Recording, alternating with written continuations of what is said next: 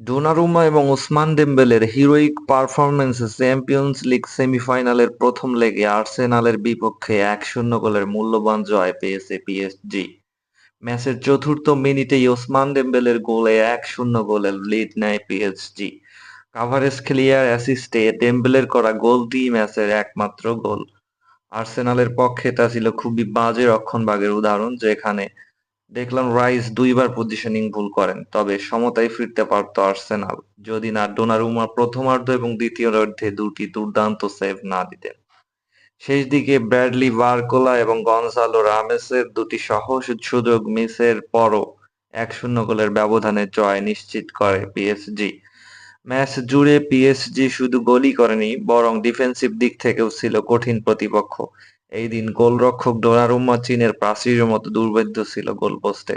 তাছাড়া জোয়াও নাভাস পুরো ম্যাচে নজরকাড়া পারফরম্যান্স দেন। বল কাটিং, পাসিং, ডিফেন্স, আক্রমণ প্রতিটা ক্ষেত্রে রাইসের চেয়ে অ্যাক্টিভ ছিলেন এই মিডফিল্ডার।